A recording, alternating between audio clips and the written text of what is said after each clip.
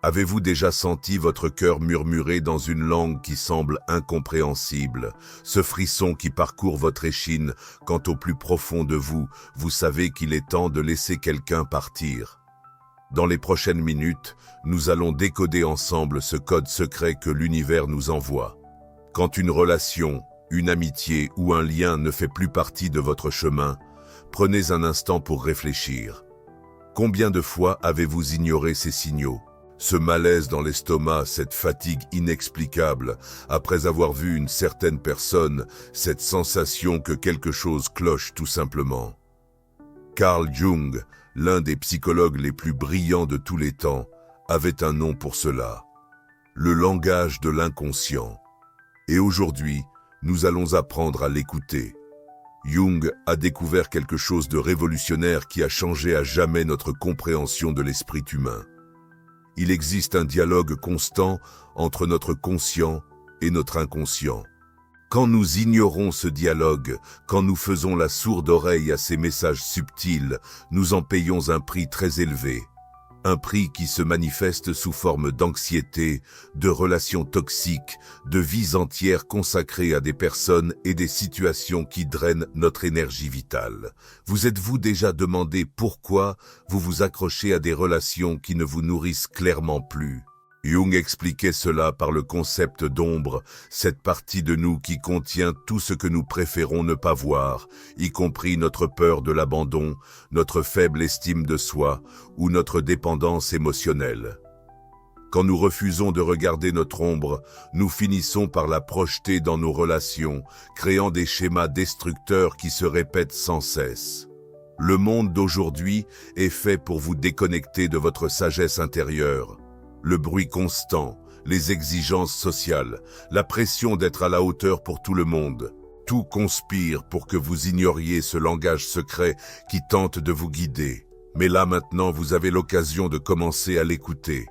Fermez les yeux un instant, respirez profondément et demandez-vous, y a-t-il quelqu'un dans ma vie qui me fait constamment sentir diminué, épuisé, confus ou simplement mal à ma place?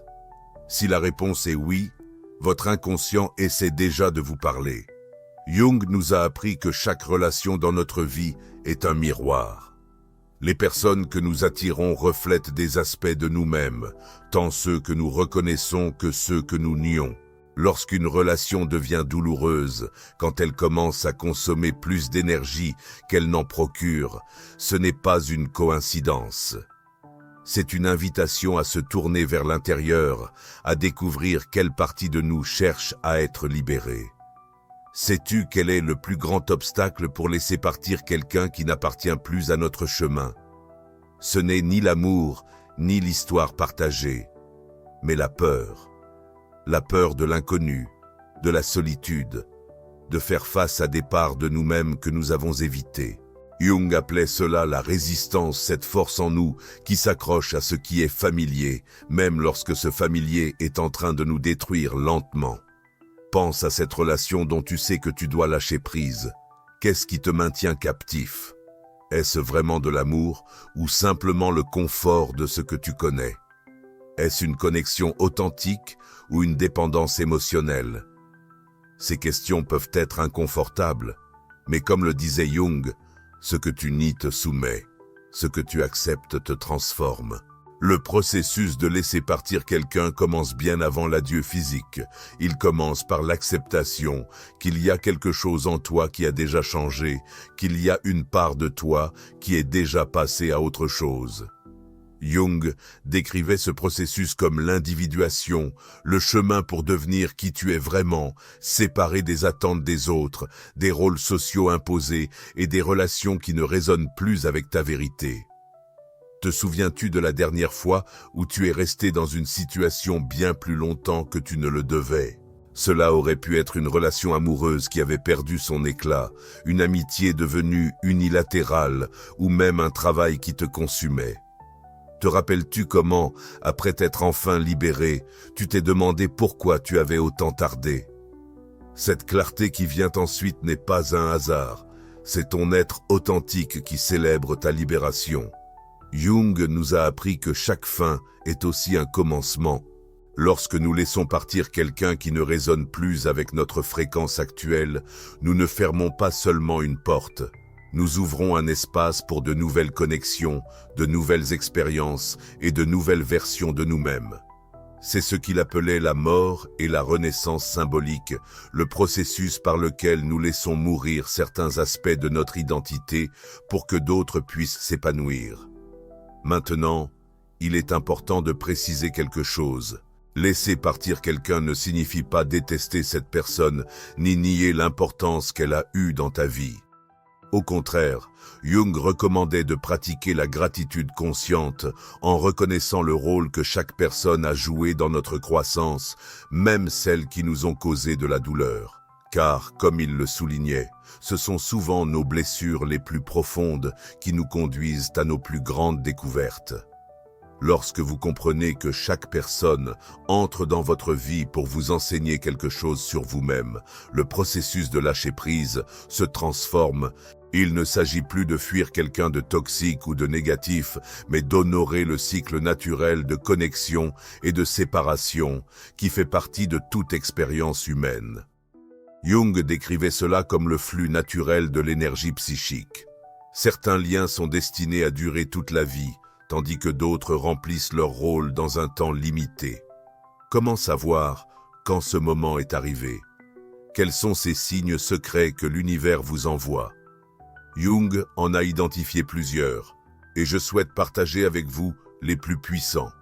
Premier signe, la synchronicité négative. Jung a inventé le terme de synchronicité pour décrire des coïncidences significatives qui semblent avoir un sens. Lorsque qu'une relation touche à sa fin naturelle, vous commencez à rencontrer des obstacles, des malentendus répétés et des plans annulés à la dernière minute. L'univers crée une distance là où vous n'osez pas la créer vous-même. Deuxième signe, l'épuisement énergétique. Jung parlait de l'économie de la libido. Notre énergie psychique est limitée et doit être investie avec discernement. Si après avoir été en contact avec quelqu'un, vous vous sentez constamment vidé, confus ou avec une lourdeur sur la poitrine, votre corps vous parle dans un langage que vous ne pouvez ignorer. Troisième signe, l'intuition persistante. Jung considérait l'intuition comme l'une des fonctions fondamentales de la psyché humaine. Ce n'est ni paranoïa, ni anxiété.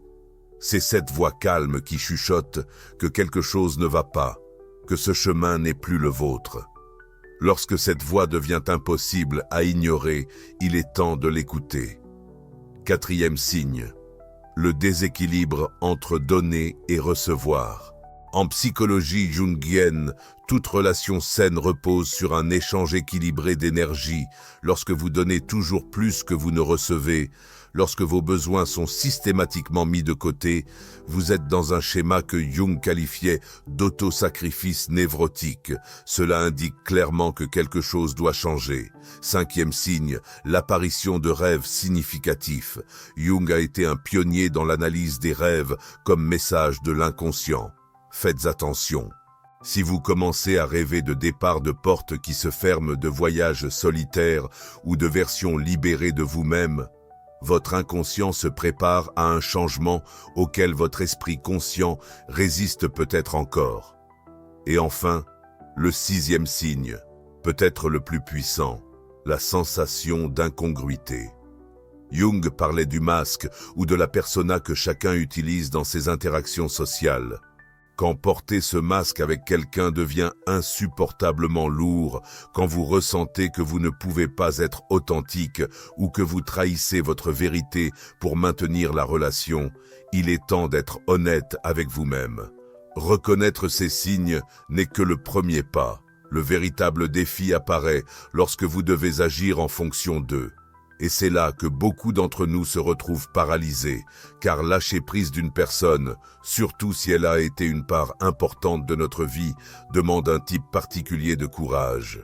Jung appelait cela le courage d'être imparfait, la volonté d'accepter que vous ne pouvez pas plaire à tout le monde, que vous ne pouvez pas être ce que les autres attendent de vous. Parfois, pour rester fidèle à vous-même, vous devez décevoir ceux que vous aimez. C'est sans doute l'acte le plus difficile d'amour de soi. Vous souvenez-vous de la dernière fois où vous avez dû dire au revoir à quelqu'un? Ce nœud dans la gorge, ce sentiment que vous faites quelque chose de terrible, cette envie de revenir en arrière, de vous accrocher à ce que vous connaissez, même si cela vous fait mal. Jung décrivait cette sensation comme le seuil, cet espace liminal entre l'ancien et le nouveau, entre le connu et l'inconnu. Il nous assurait que c'est dans ce seuil inconfortable que la véritable transformation se produit. Que se passerait-il si, juste un instant, vous vous permettiez d'imaginer votre vie sans cette relation que vous savez devoir laisser partir? À quoi ressemblerait votre réveil chaque matin sans ce poids sur la poitrine? À quoi ressemblerait la prise de décision fondée uniquement sur ce qui est bon pour vous et non sur la façon dont cela affecterait cette personne? Quel espace s'ouvrirait dans votre vie pour accueillir de nouvelles connexions, de nouvelles passions, de nouvelles manières d'être? Jung nous a appris que l'imagination active est un outil puissant de transformation. Alors prenez un instant, fermez les yeux si vous le pouvez, visualisez votre vie après avoir laissé partir ce qui ne vous sert plus. Ressentez la légèreté, la clarté, la liberté. Cet exercice n'est pas une fantaisie d'évasion.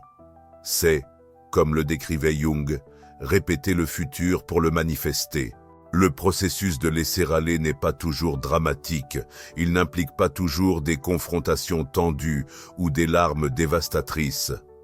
Parfois, laisser aller c'est aussi simple que d'arrêter d'engager des conversations, d'arrêter de faire des projets, d'arrêter de prioriser ceux qui vous ont constamment montré que vous n'êtes pas leur priorité. Jung appelait cela le retrait conscient de l'énergie psychique, la décision délibérée de rediriger votre énergie émotionnelle et mentale vers des personnes et des situations qui nourrissent votre croissance.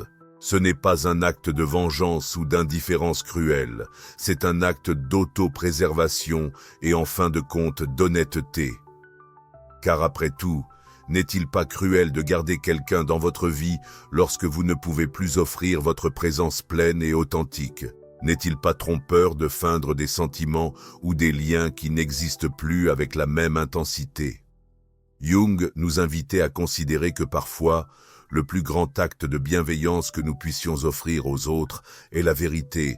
Même si cette vérité implique un adieu, cela nous mène à l'une des leçons les plus profondes de Jung sur les relations. L'idée que chaque lien significatif dans notre vie fait partie de notre processus d'individuation.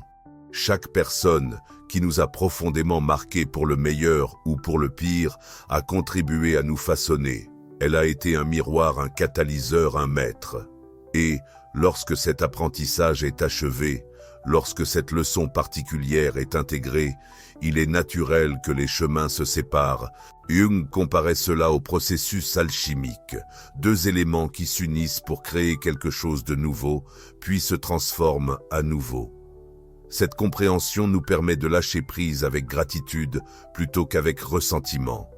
Elle nous permet d'honorer ce qui a été sans nous accrocher à ce qui ne peut plus être. Elle nous permet de reconnaître que certaines personnes sont destinées à être des chapitres et non l'histoire entière.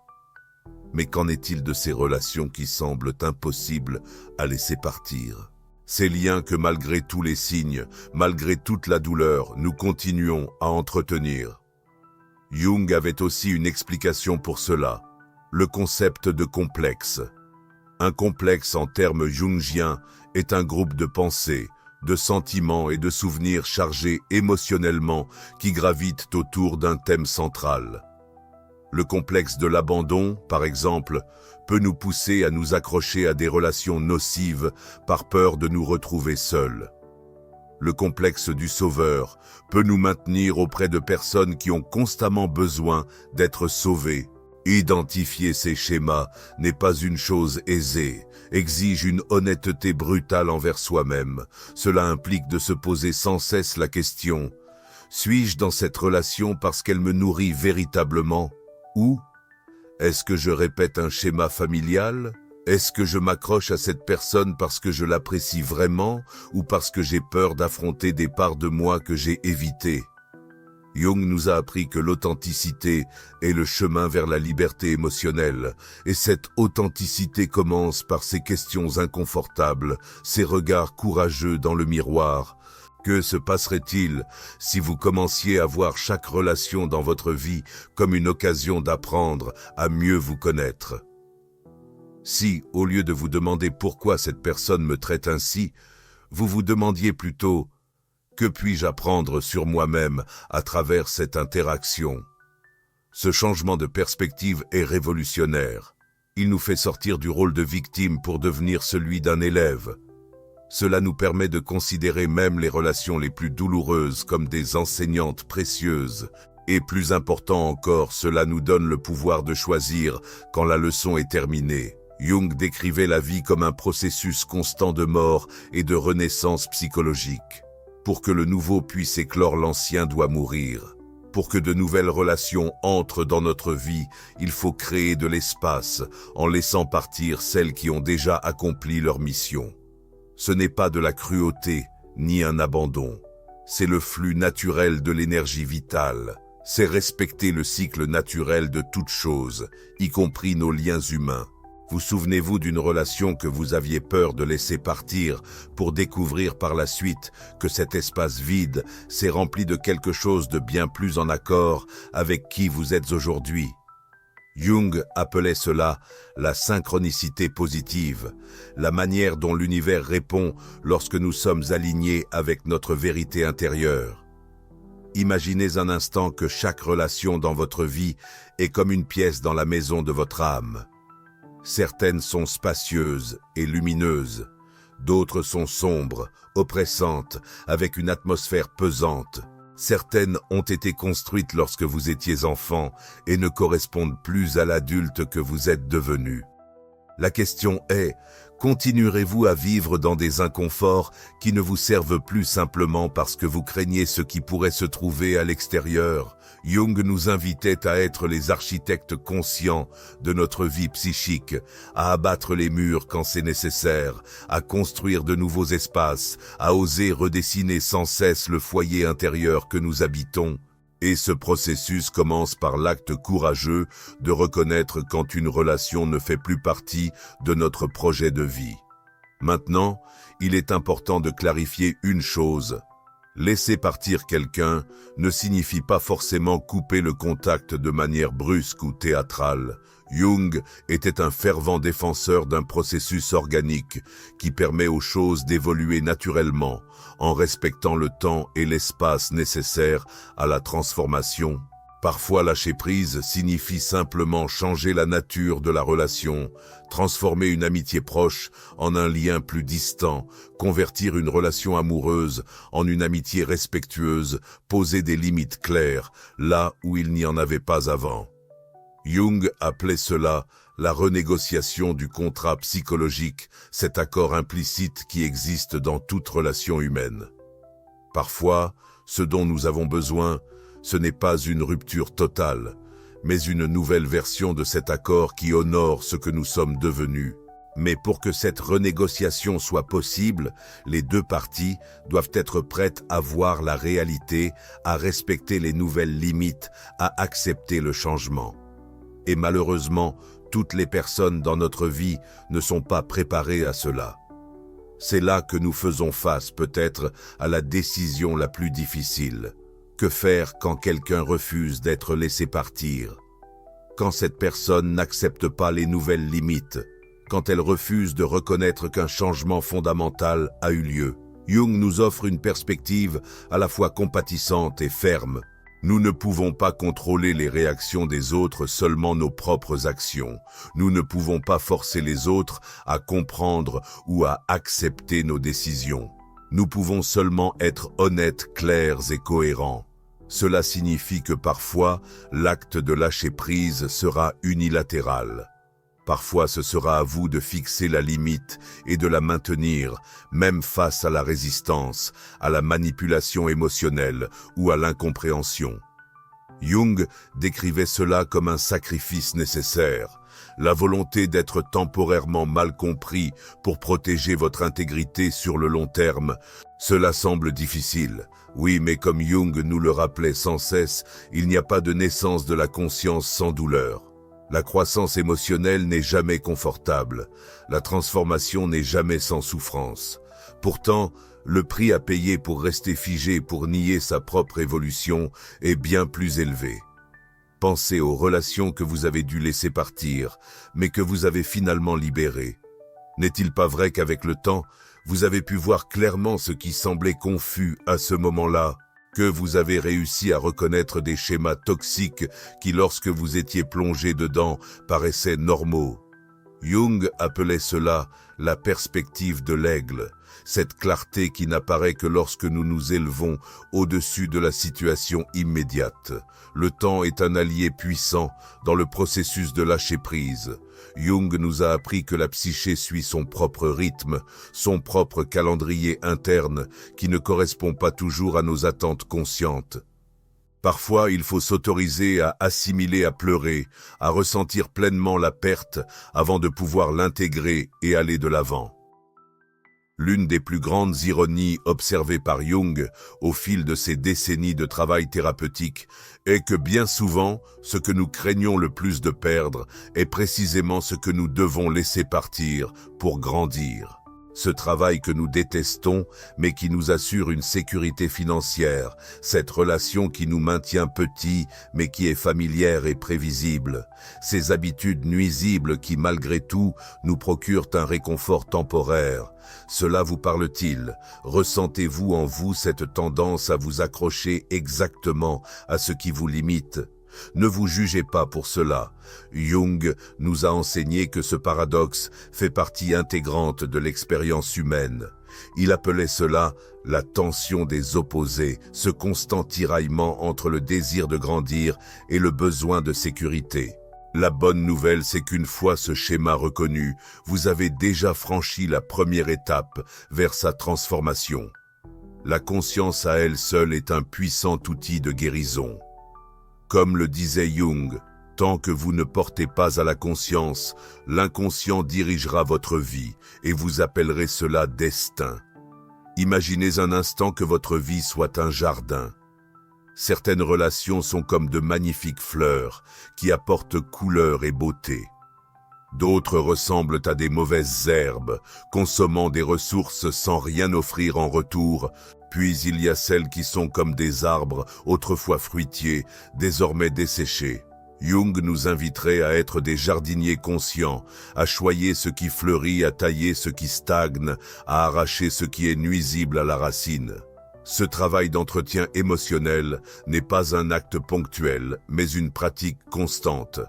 Jung le décrivait comme un travail de toute une vie, cet engagement continu envers sa propre croissance, sa propre vérité, son propre chemin.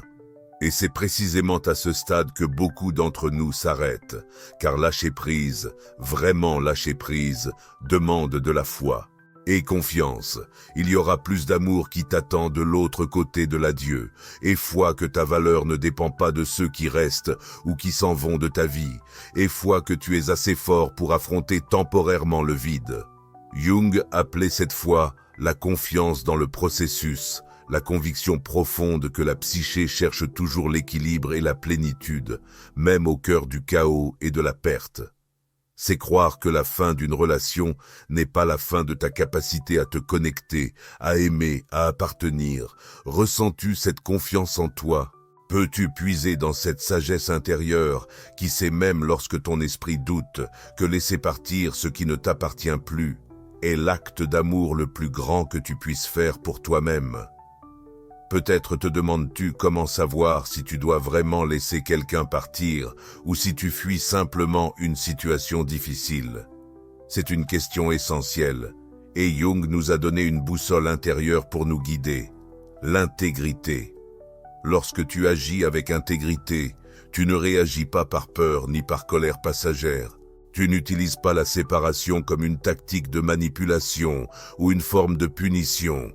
Tu réponds à une vérité profonde que tu as reconnue en toi. Jung suggérait de se poser ces questions. Cette décision me rapproche-t-elle de mon être authentique ou m'en éloigne-t-elle? Agis-je depuis mon centre ou ma périphérie? Ce choix reflète-t-il qui j'aspire à être ou bien est-ce une répétition de vieux schémas? La réponse n'est pas toujours immédiatement évidente.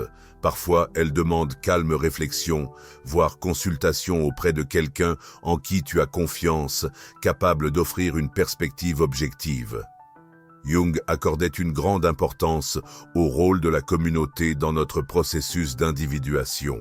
Ses amis, mentors ou thérapeutes peuvent nous aider à voir ce que, de notre position, nous ne pouvons percevoir. C'est au sein de cette communauté que nous trouvons le soutien nécessaire pour franchir le pas que nous savons devoir faire.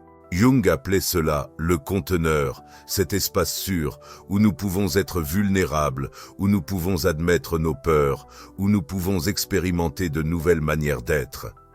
Si vous envisagez de mettre fin à une relation importante, réfléchissez à qui fait partie de votre cercle. Qui peut vous soutenir dans les moments difficiles? Qui peut vous rappeler votre valeur quand vous avez des doutes? Qui peut vous offrir une perspective lorsque vous vous sentez perdu? Et si vous sentez que vous manquez de ce soutien en ce moment, sachez que vous pouvez commencer à le construire. Jung croyait fermement au pouvoir de la communauté intentionnelle, ces liens que nous créons consciemment, fondés sur des valeurs partagées et un respect mutuel.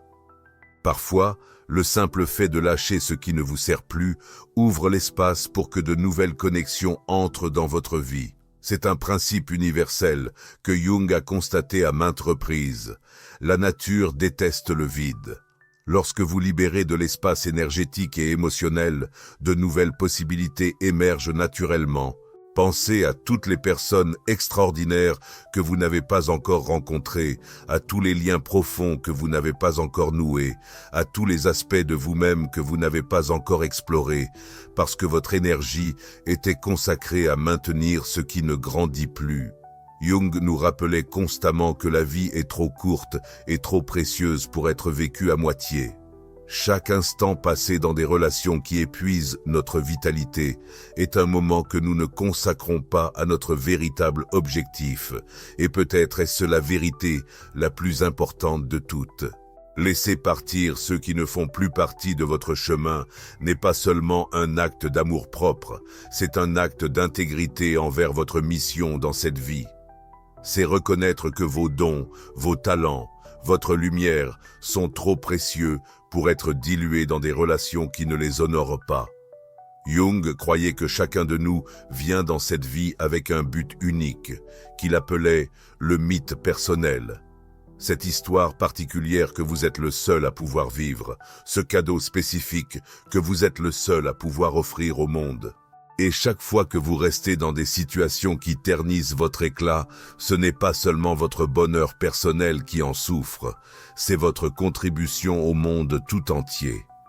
N'est-ce pas incroyable de penser qu'en vous choisissant, en laissant partir ce qui a accompli sa mission dans votre vie, vous servez non seulement votre propre croissance, mais aussi le bien commun? Jung appelait cela le paradoxe de l'individu et du collectif. Cette vérité apparemment contradictoire selon laquelle notre travail le plus personnel est aussi notre cadeau le plus précieux au monde. Alors, pendant que vous contemplez cette relation que vous savez au fond de votre cœur devoir laisser partir, souvenez-vous que vous n'êtes pas égoïste. Vous ne faites pas défaut, vous ne renoncez pas. Vous écoutez ce langage secret de la vie, ce murmure de l'âme qui vous guide vers votre prochaine évolution. Et même si le chemin peut parfois sembler solitaire, même s'il y a des jours où vous doutez de votre décision, rappelez-vous les mots de Jung. Votre vision ne sera claire que lorsque vous regarderez à l'intérieur de votre propre cœur. Celui qui regarde vers l'extérieur rêve, celui qui regarde à l'intérieur s'éveille. Cet éveil n'est pas facile, ni toujours confortable, mais c'est le seul chemin vers une vie vécue dans sa plénitude. Pour des relations qui reflètent qui vous êtes vraiment, et non ce que vous pensez devoir être pour être aimé. Considérez cela comme un acte de foi en vous-même, en votre valeur intrinsèque, en votre droit fondamental d'être entouré de personnes qui vous voient, vous célèbrent et vous soutiennent dans votre croissance. Jung appelait cela le plus grand acte de soin de soi, ce moment où vous décidez que vous méritez plus que des miettes émotionnelles. Vous méritez des banquets de connexion authentiques et de nourrissement mutuel. Je vous invite maintenant à identifier une relation dans votre vie que vous savez, au fond de vous, devoir laisser partir ou transformer. Cela pourrait être une relation amoureuse qui a perdu son essence, une amitié devenue à sens unique, un lien familial qui dépasse constamment vos limites, ou même une relation avec un aspect de vous-même qui ne vous sert plus. Une identité dépassée, une croyance limitante, un récit que vous avez dépassé. Visualisez cette relation. Ressentez l'énergie qu'elle dégage, la manière dont elle affecte votre corps, vos émotions, vos pensées. Est-ce qu'elle vous étire ou vous contracte? Vous dynamise ou vous épuise? Vous rapproche de votre authenticité ou vous en éloigne? Maintenant, imaginez ce que serait le fait de laisser partir cette relation, non pas par ressentiment ou colère, mais par gratitude pour ce qu'elle a été et par clarté sur ce dont vous avez désormais besoin. Jung décrivait ce processus comme une libération consciente, cet acte délibéré de relâcher ce qui a déjà accompli sa mission, honorant sa valeur passée, tout en reconnaissant que votre chemin prend désormais une autre direction. Ressens-tu la légèreté qui accompagne cette libération? Peux-tu imaginer l'énergie qui se libère lorsque tu arrêtes de t'épuiser à vouloir faire fonctionner quelque chose qui a déjà rempli son cycle naturel? C'est la promesse que Jung nous fait. Après un au revoir, un nouveau départ t'attend. En laissant partir ce qui n'est plus en accord avec ta fréquence actuelle, tu crées un espace sacré où le neuf peut apparaître. En respectant le cycle naturel des relations, naissance, croissance, accomplissement et libération. Tu t'alignes avec le flux même de la vie. Ce n'est pas un hasard si tu entends ces mots maintenant. Jung parlait souvent de synchronicité, ces moments apparemment fortuits qui portent une signification profonde. Si ce message t'est parvenu, c'est qu'une part de toi est prête à l'accueillir. Y a-t-il une relation dans ta vie qui mérite d'être réexaminée, voire laissée derrière toi? Fais confiance à cette sagesse intérieure, fais confiance à ce langage secret que la vie te murmure, et souviens-toi que lâcher prise face à un échec est un acte de courage profond et d'amour envers toi-même et ton avenir. Avant de conclure, je te propose un petit rituel que Jung aurait pu recommander pour faciliter ce processus de libération. Prends une feuille de papier et écris le nom de la personne ou de la situation que tu dois laisser partir. Ensuite, note tout ce que cette relation t'a apporté, le bon comme le difficile. Reconnais les enseignements et les cadeaux reçus. Puis, avec une sincère gratitude, écris une lettre d'adieu. Tu n'as pas besoin de l'envoyer, elle est pour toi. C'est ce que Jung appelait le dialogue actif avec l'inconscient.